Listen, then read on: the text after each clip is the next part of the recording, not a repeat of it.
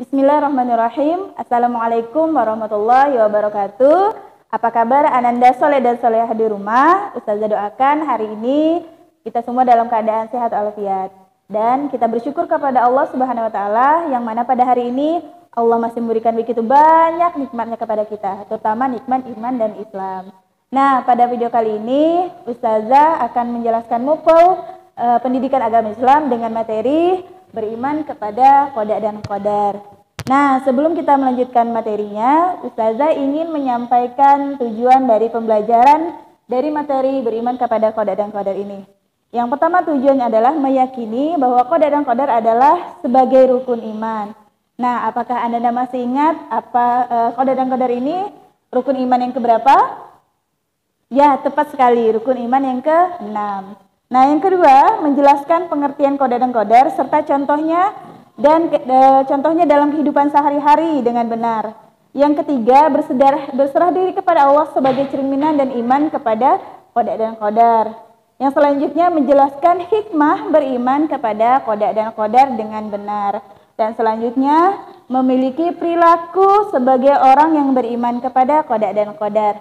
Nah, sebelum kita lanjut lagi ke materinya, Ustazah akan membacakan sebuah kisah yang berkaitan dengan materi yang akan kita pelajari hari ini. Nah, yaitu tentang qada dan qadar.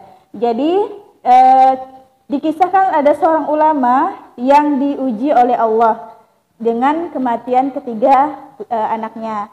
Nah, anak yang pertama, yang kedua, Allah panggil, dan anak yang ketiga dalam keadaan sakit. Nah, ketika si ulama ini sedang menunggu anak yang sedang sakit, bapak ini bermimpi.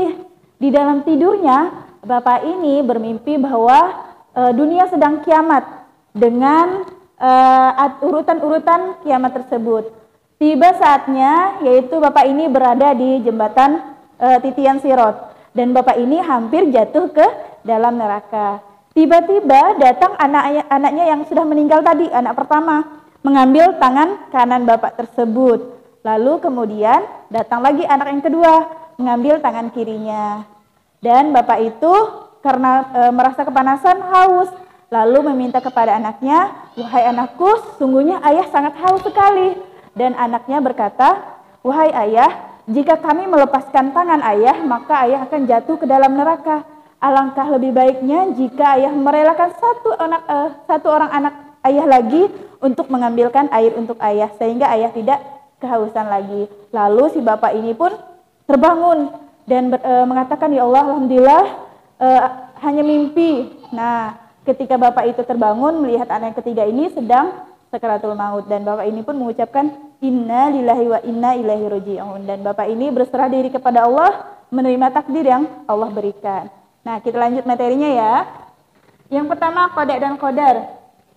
Pengertian qada dan qadar. Nah, pengertian qada dan qadar ini adalah iman kepada qada dan qadar, artinya meyakini bahwa setiap perkara yang akan terjadi, ya, perkara yang terjadi dengan kita dan semua makhluk yang ada di dunia ini, ada di alam semesta ini, merupakan ketetapan Allah Subhanahu wa taala. Tidak ada yang terjadi terhadap makhluknya tanpa seizinnya. Jadi segala sesuatu yang terjadi itu atas kehendak Allah, mutlak hanya kehendak Allah. Nah, kita lihat pengertian qada.